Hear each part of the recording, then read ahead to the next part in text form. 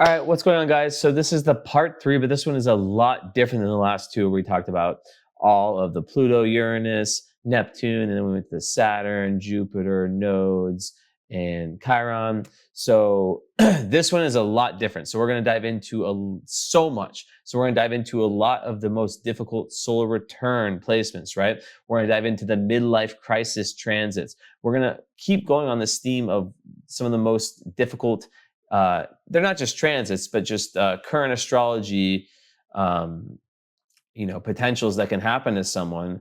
And, like we're going to talk about the progressed moon. We're going to talk about the Chiron return. We're going to talk about so much. Get ready, buckle in. This is going to be one of the most interesting videos. We're going to talk about a lot of stuff. So roll the intro. Let's get to it.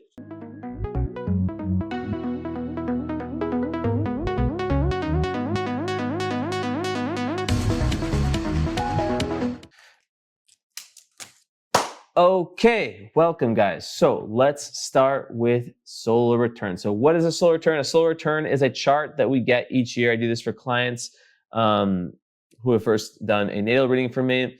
So it's essentially, it doesn't replace your natal chart, but it is a new chart, usually on your birthday or the day before, or the day after, very, very close. It's when the sun returns to its exact position. And from where, some people do it from the natal position. I started doing it from the natal position, but also it can be done from where you are on Earth. And it's a new chart that's made. So what are some of the most difficult solar return positions? Because these are essentially staying for you for a year, right? So first one is solar return sun in the 12th house. Why? People who go through that, obviously depends on how that connects to your natal chart. It can give this feeling, it can be a very deeply introspective year where one goes through lots of healing, but one can also somewhat feel a bit invisible, excuse me. It can be definitely a year where there's a lot of closure, a lot of karmic endings, but sometimes the vitality levels are a bit lower. And people feel like they need to be more in solitude, and it can be very, very, it can kind of come out of nowhere sometimes, right? Depending on, what's going on with you beforehand. So it is kind of in that Neptunian feel of just, regardless of what your sun sign is, there is going to be a year where you're really, really preparing. A lot of times it's like a preparation year for something new that's coming, right? Okay, next, Saturn in the first in the solar return chart. I've noticed that people with this, they really need to take care of their body in that year. It's important for them to set boundaries, and it can be more like a year that takes on like a more heavy, kind of serious, lots of responsibilities, things coming up, and challenges, restrictions, all that. So it can be difficult, and then it could also, you have to watch out for yourself on a health level. And yeah, like it's really about building a new identity in a more structured way, like kind of from forming the foundations for your new self, which sometimes can, feel a little bit, cold and less bright than usual, and people can be prone to like more melancholic feelings, and maybe like their personalities can not be as like bright and luminous as they're used to. So that's one. So let's think. Solar return Neptune in the 7th house. So this can bring a lot of confusion around relationships. You'd think normally romantic relationships, but it can also be around, BFF, like best friends forever, like very close relationships. It can be around business partnerships, just anything that's close one-on-one. And there can be, blurred boundaries. There can be deception, kind of the wrong people coming, people, where you see their potential as opposed to who they really are. So yeah, it's my advice for that is just be really, really careful when it comes to commitments, and to really sleep on them before making any deep commitments. Okay, then there's solar return Mars in the 6th. So this one is interesting because I've seen it work out very well, but also I've seen it lead to burnout, overwork, overstress, different health issues that can come from that. And also 6th house rules our work, so it could I've seen it lead to conflicts in the workplace as well. And there's a need to really restructure your daily routine to match what you need at the time. Um, and also obviously to manage stress, to kind of like have that balance in mental health, like like that spiritual mental health, Pisces, and like that day-to-day service work, whatever you're doing, Virgo. So exercise, and also being very firm on boundaries. Sometimes people with that, they'll take on too much, they'll have this like this very, very determined energy. It's really, really good for getting a lot done, but as we know, it's never worth it when it comes to burnout. So then there is the moon in the eighth. So obviously, a solar return moon in the eighth is a year of big emotional transformation, a lot of intense emotional shifts that aren't always so easy, very Plutonian. It could also represent loss, whether it's physical or metaphoric. And overall, like a lot of transformation on a psychological, spiritual level, but sometimes there's a lot of pushback to that. So a lot of people like will go into therapy and push and move towards shadow work, but there can also be a lot of pushback towards that, right? So then there's that need to embrace that like the emotions and the depth of the emotions, but also know that um, it can be difficult, right? It can be difficult because it can be a year where where perhaps someone starts to really see things for what they really are, and sometimes that's not easy. Um, and yeah, I guess I would say, let's think. Um, okay, yeah, here's one. So the solar return. So this one's kind of interesting. South node in the solar return conjunct the sun or midheaven, ascendant. So this just shows like a very karmic year. It's not necessarily bad, but I feel like what I've noticed is that a lot of times people who go through this, they are repeating that. It's almost like a test year where there can be there's like past life themes they're repeating. So they're like being tested, like have they overcome this like this passive tendency that might be like in a lower kind of type of dynamic, I guess. So there's that. And then also like with the ascendant, Chiron on the ascendant and solar return chart.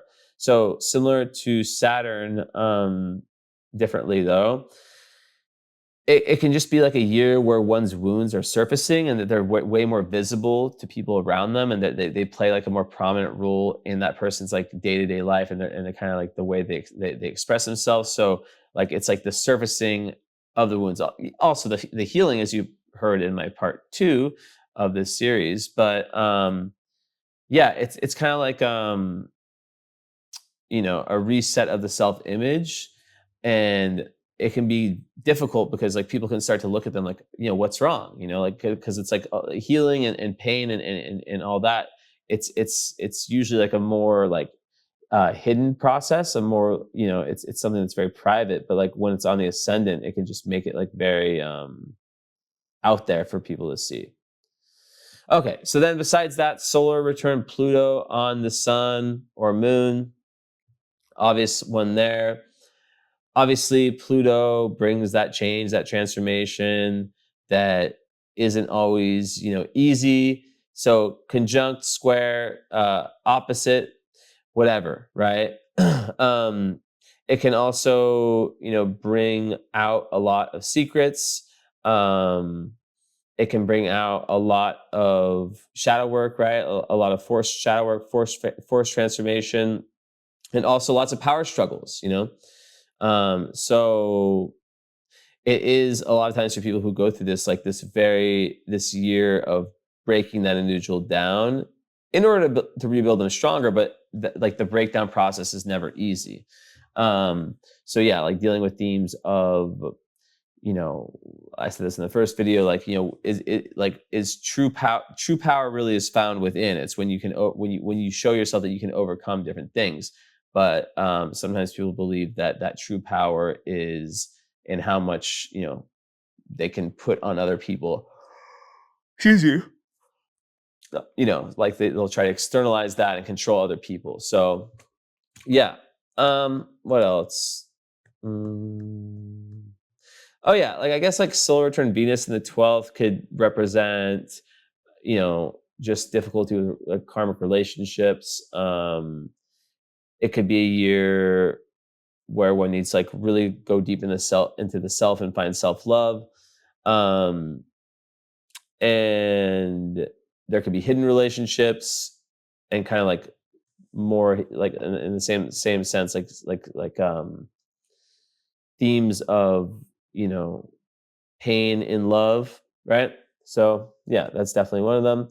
I would add like Pluto square opposite Venus. Um, Same thing with Saturn, just because like, you know, that can bring some of that same intensity that the Pluto Venus, and then with the and the need to kind of through relationships, it can bring really really intense relationships that one meets their shadow through those. Um, and you know, or they just like have to deal with like potential self-hate or like self-hate hatred, or just like really really deep shadow that can a lot of times come out in the more pleasant areas of life. And then with Saturn, that can just really really place a lot of difficulty in that like smooth flowing, like especially for people in relationships, it can be really, really difficult to uphold the relationships because you know, that it can actually have an effect where they start to see their partner in a more negative way, I guess you could say. Solar return Mercury retrograde. So this isn't always bad, but I have noticed that this can bring a lot of miscommunications, more different kind of type of like kind of just issues with the normal way one communicates, one gets their message through, delays, just the normal Mercury retrograde stuff, right? Um, Mental fog, maybe like overthinking situations, being stuck more in the past, and like really really overly reviewing things. So yeah, and it can kind of, yeah, like I said, like the mental fog, it just enables the person to really take things slow, not just agree to any type of agreement right off the bat. So progressed moon. So progressed moon, right? So the progressed moon, your progressed chart does not replace your natal chart, is essentially a chart. If you're 30 years old, the progressed chart will be a chart that is exactly, if you're exactly 30, it's a chart of the sky exactly 30 days after your birth. It's with the theory that for each day equals a year. Now, your progressed moon tells you a bunch. It moves signs every 2.5 years, and it makes aspects to your natal planets, obviously, in its cycle, in its 29 and a half year cycle. Um, so, what does that mean? Well, the first one is the obvious one, and this, like, I've talked to a million people about it. I've like had my worst moment in my life when this happened. Progressed moon in Scorpio. Now everyone has a different relationship with Scorpio. I'm not trying to shit on Scorpio, but progressed moon in Scorpio is tough. A lot of people like the amount of clients I've had and friends I've talked to who had their life fall apart during this transit. It's insane. Like my life completely fell apart during this, right? And that's because, as you know, Scorpio progressed moon, just a deep emotional purge, right? That intense shadow work and getting you in touch with the darker side of reality.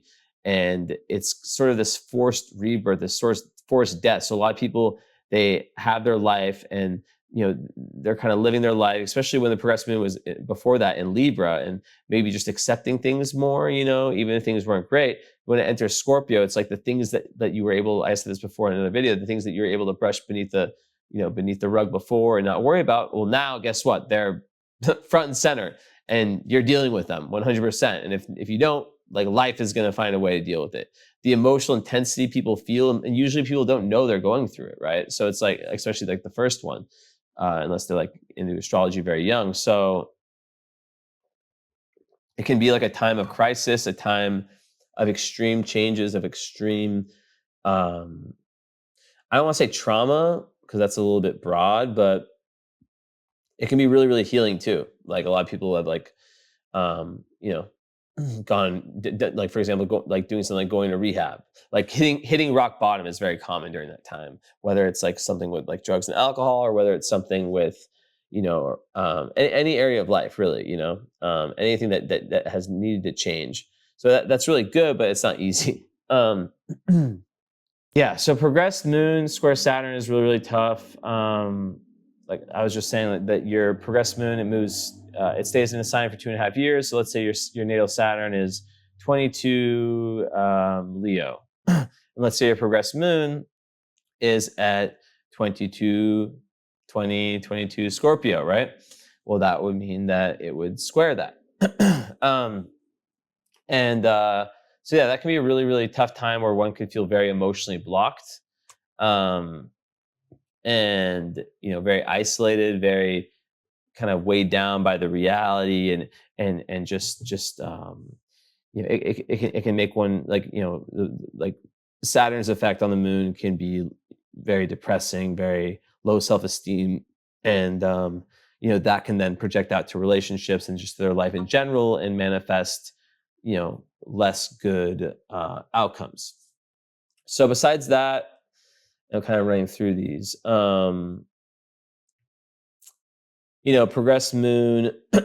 um, I would say, like, when it enters the 12th house, like kind of with the sun too, it's a similar theme, just like that year of withdrawal, karmic endings, lots of healing, but just the need to kind of, like, yeah, it's just, I would say it's like 12th house, like it's difficult with the progress because it's like you're feeling like you're in between, you're at the end of a chapter, and there's a lot of surrender that's needed, and you become like way more sensitive in general, right? There's just a lot more sensitivity, so that is important, um but very, very healing.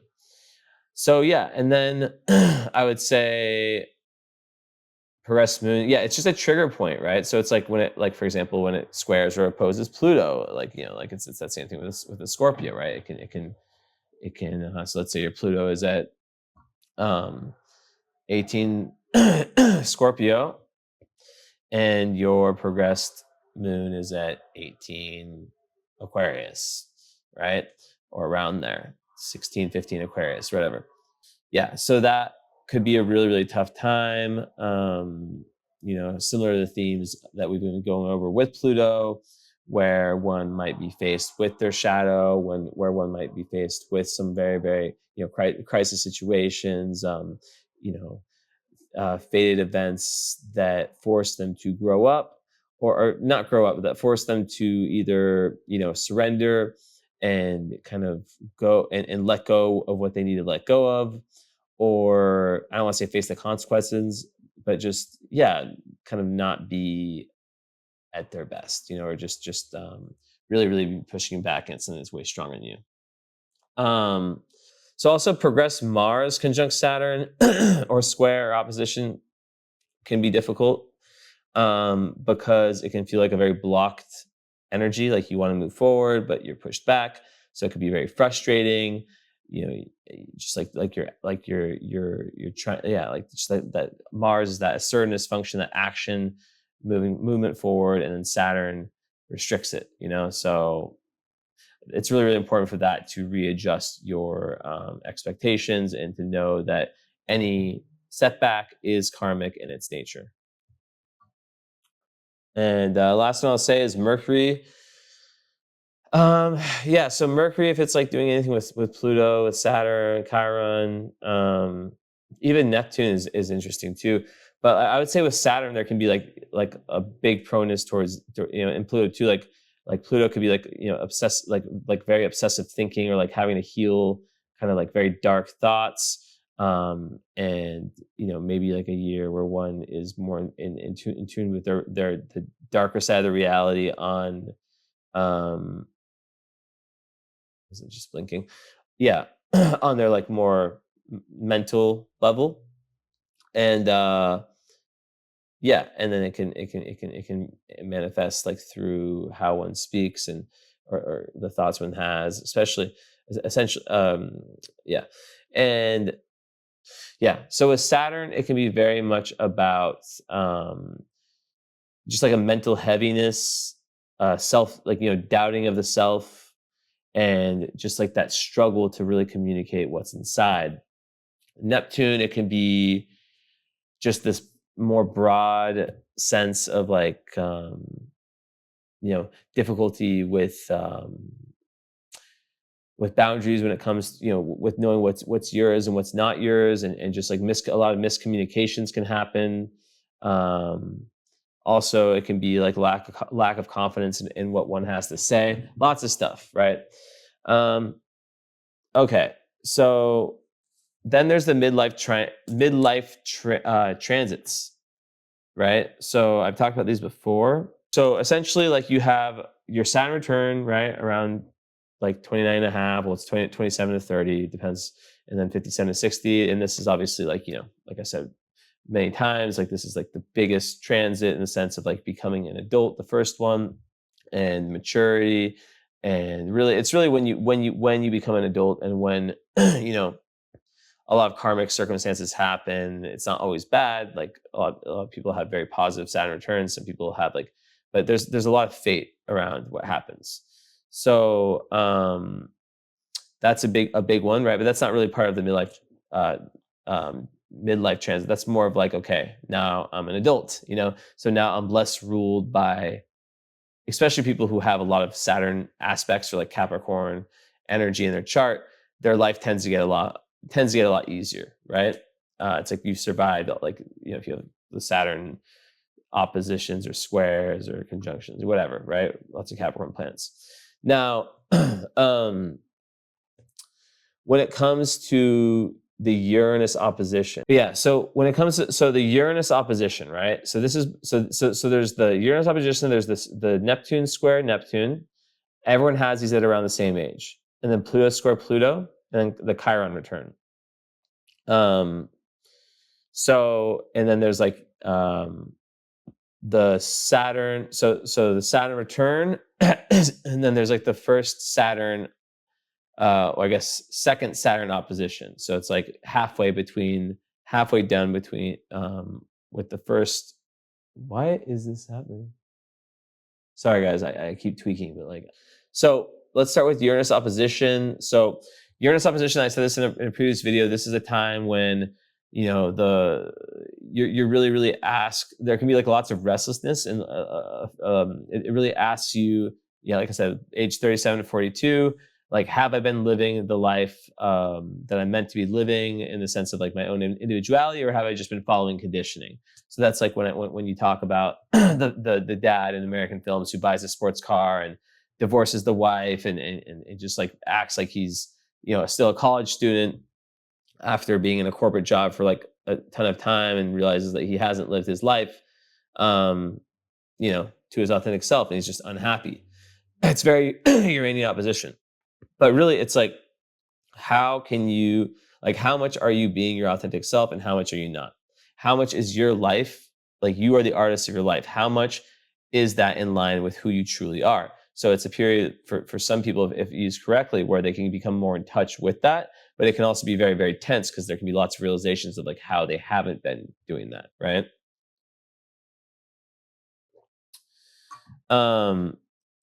And then I'll say too, like, yeah, so like that Saturn opposition, that is also like, part of the Saturn return